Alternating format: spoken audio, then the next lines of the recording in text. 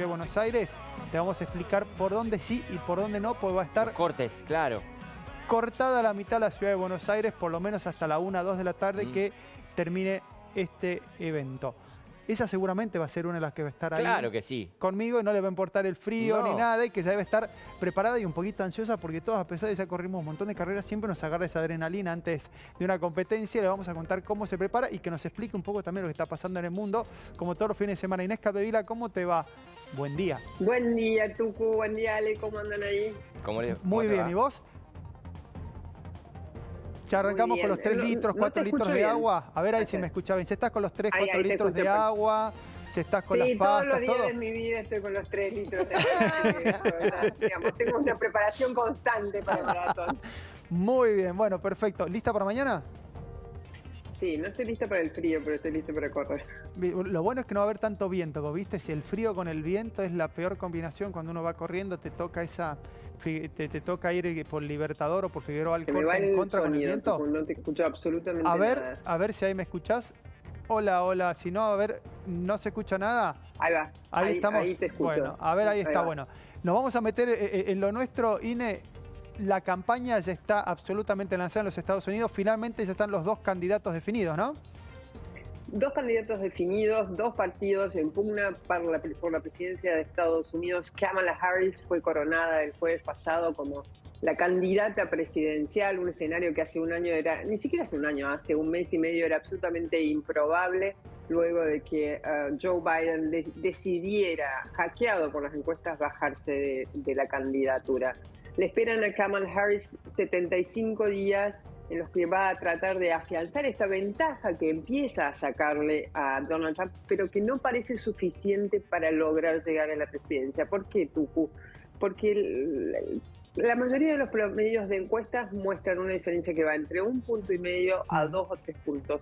Eso no es lo suficientemente abultado para que respiren con tranquilidad los demócratas. Hace 4 años Joe Biden les llevaba a esta altura de la campaña a Donald Trump una diferencia de entre 7 y 8 puntos porcentuales, y hace 8 años Hillary Clinton les llevaba una diferencia de entre 5 y 6 puntos porcentuales, es decir que está rezagada frente a sus antecesores.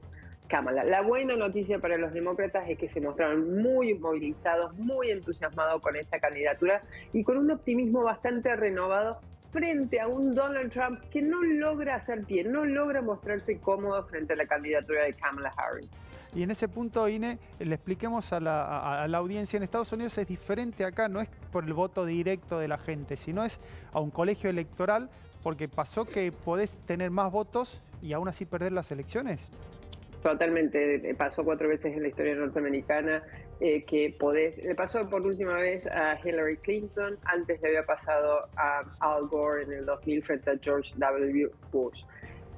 ¿Por qué sucede esto? Porque la mayoría de los estados tienen asignados electores. Sí. ¿Cómo se asignan esos electores? Son 1 por cada senador, 1 por cada representante de ese estado. Es decir, que cada estado tiene 2 senadores, no importa qué tan grande sea. Y eso lo que hace es darle mayor importancia a los estados chicos donde son más importantes los los republicanos, donde tienen más peso. Entonces, eso hace que los republicanos tengan como un sesgo positivo en el colegio electoral. Ahora, por eso necesita Kamala sacar una ventaja lo suficientemente abultada para impedir que en el colegio electoral, pese a un triunfo demócrata en el voto popular, se termine imponiendo Donald Trump, como ya sucedió hace 8 años cuando llegó a la presidencia el magnate. En este punto, Ine, hablas recién, ¿cómo se dice el nombre de la candidata? A ver, ¿me lo repetís? No te escuché la pregunta. A ver, ¿cómo se dice el nombre de la candidata? ¿Así lo pronunciamos bien todos? La candidata. Sí, bueno, hubo una especie de tutorial que dieron las sobrinas nietas. ¿Querés que los veamos? En la convención, que es Kamala. Digamos que es un nombre esdrújulo en castellano. Si te parece, lo vemos así aprendemos todos. ¿Querés? ¿Lo miramos al tutorial? A ver. Dale. Thank you, ladies. Can you tell us your names? Hello, everybody. My name's Amara. And my name is Leela, her little sister. And what are you here to do? To teach you how to say your auntie's name. Okay. So how do you pronounce it? First you say comma like a comma in a sentence. Then you say la like la la la la la. Put it together and it's 1, 2, 3, Kamala. All right, so let's practice. Everybody over here say comma. Everybody over here say la. Together.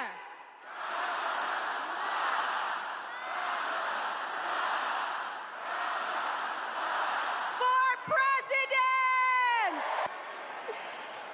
Impresionante, ahí la vemos a Kerry Washington, protagonista Exacto. de una gran serie justamente de política, y porque subió Kamala Harris a varios actores, a varios famosos, y fueron a darle su apoyo en esta convención demócrata, ¿no, Inés?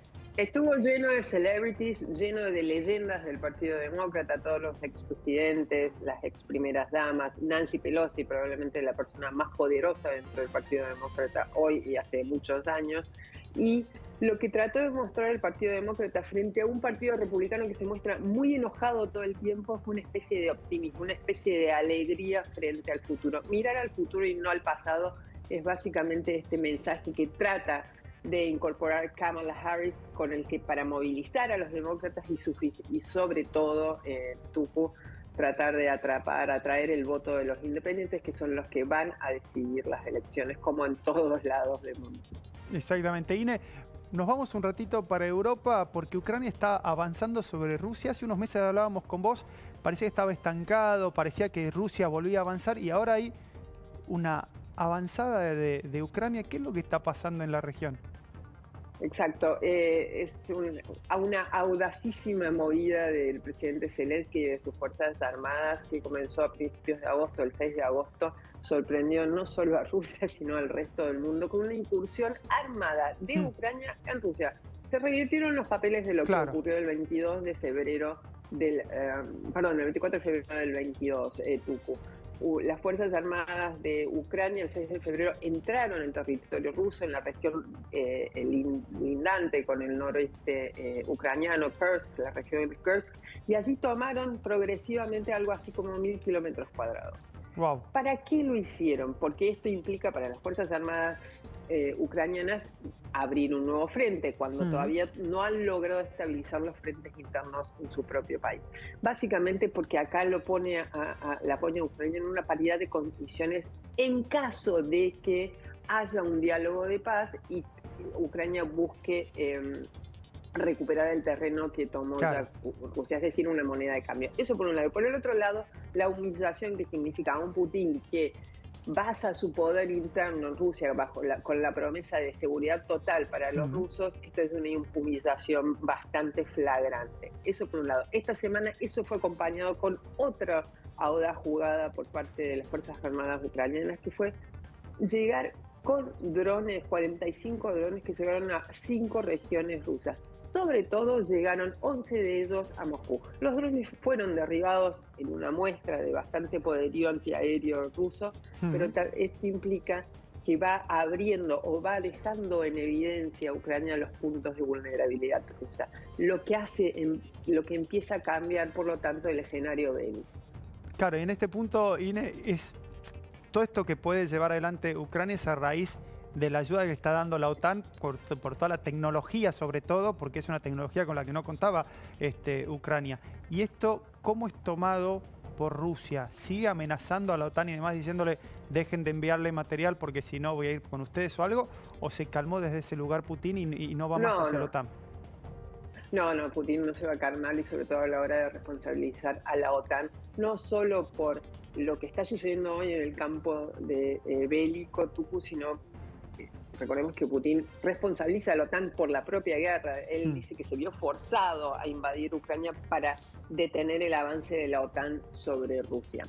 Lo que hace Putin es repetir nuevamente la amenaza que viene repitiendo precisamente desde el 24 de febrero del 22, que es la de ojo con atacarnos, ojo con usar las armas de la OTAN. Recordemos que en la OTAN están la mayoría de los países europeos y Estados Unidos, es una alianza de defensa mutua, Y si al usar esas armas que están siendo usadas en este momento, eso no queda ninguna duda, en territorio ruso, lo que dice Putin es, si usan esas armas contra nosotros, entonces nosotros tenemos el derecho de declararle la guerra a toda la OTAN. Claro. Esa es la amenaza que viene repitiendo Putin. Ahora, Tupu, la gran pregunta es, ¿está en capacidad Rusia? Una Rusia que ha sido permanentemente digamos, doblegada en sus ambiciones militares por Ucrania, una potencia militar infinitamente inferior a Rusia. ¿Puede Rusia entonces abrir una guerra contra la OTAN, que lo supera ampliamente en capacidades militares, en número de hombres, en tecnología? Bueno, eso es lo que vacía un poco la amenaza de Putin. Claro. Que no es ningún tonto hablando mal y pronto, sino tiene a su favor, entre otras cosas, sí, el tema del arsenal nuclear, que es el gran miedo que genera en todo el mundo cada vez que surgen este tipo de conflictos, porque uno piensa, uno de esos misiles puede cambiar radicalmente el destino de todos. Sí, por supuesto. Esa es una de las otras amenazas que suele proferir Putin y su mando militar, el uso de armas nucleares. La doctrina rusa, además, está siendo un poquito, digamos, manejada de forma tal que esa amenaza pueda tener un cierto sustento. Y ojo, porque uno de los blancos de esta ofensiva ucraniana sobre Rusia es una planta nuclear en la región de Kursk que podría estar bajo amenaza. Eso le podría dar a Putin, la doctrina nuclear rusa le habilita el uso de armas nucleares para defenderse. Ahora, vuelvo a lo mismo de recién. ¿Puede Rusia, está en capacidad de abrir un frente de una guerra nuclear donde claramente va a perder? Porque el arsenal ruso de armas nucleares es mayor al de Estados Unidos, que es la otra gran potencia nuclear, es bastante mayor, pero hay ciertas diferencias. Por ejemplo, el de Estados Unidos es más moderno, es más tecnológico. Claro. Hay armas nucleares de Estados Unidos que, de la misma forma que las rusas están desplegadas en puntos estratégicos, las norteamericanas también están desplegadas en puntos estratégicos. Y hay otras potencias nucleares también dentro de Europa. Entonces, eso le confrontaría a Rusia, una Rusia que trata de empezar a hacer pie económicamente, que es otro de los puntos centrales que para sostener el poder de Putin, el poder interno de Putin, le convendría una guerra atómica. Bueno, son todas las trampas en las que se metió solito Putin con la invasión de Ucrania. ¿Cuánto le conviene a Rusia ampliar el frente bélico en tipo de guerra nuclear, por ejemplo, y el número de objetivos? Más países europeos. Eso es una pregunta que probablemente no tenga una respuesta positiva para Putin. Ine, y el último tema, volvemos a Venezuela porque se va quedando sin aliados, incluso ya el gobierno español le dice, ¿no te reconozco Maduro como ganador de las elecciones? Sí, te diría que ya apenas los aliados que tiene son Cuba, Nicaragua y seguramente Rusia, de quien hablábamos recién, y China y algún otro país autocrático como Irán en el resto del mundo. El gobierno de Maduro finalmente su triunfo del 28 de julio pasado, la supuesta reelección de Nicolás Maduro fue finalmente avalada por la Corte Suprema, una Corte Suprema comandada por una jueza que en algún momento estuvo afiliada al PSV, que es el Partido Socialista Unido de Venezuela, el chavismo básicamente, y que además tuvo puestos electivos en el chavismo. Bueno, esa señora jueza del Tribunal Supremo acaba de decretar que la elección fue libre, transparente y que los resultados son justos y por lo tanto avalables por la justicia. Es decir, que según la justicia venezolana, según el Consejo Nacional Electoral, Maduro es el presidente legítimo. Esa ficción está completamente desconocida, Tucu, por el resto de la región. ¿Por qué? Porque Maduro y su gobierno no han presentado lo que está reclamando toda la región, lo que reclama la oposición y que sí se encargó la oposición de hacer es las actas. Las famosas actas que indicarían que, según Maduro y según el Consejo Nacional Electoral, el presidente fue reelecto. Y según la oposición, indicarían que Edmundo González Urrutia es el nuevo presidente electo de Venezuela con casi 40% de diferencia de votos.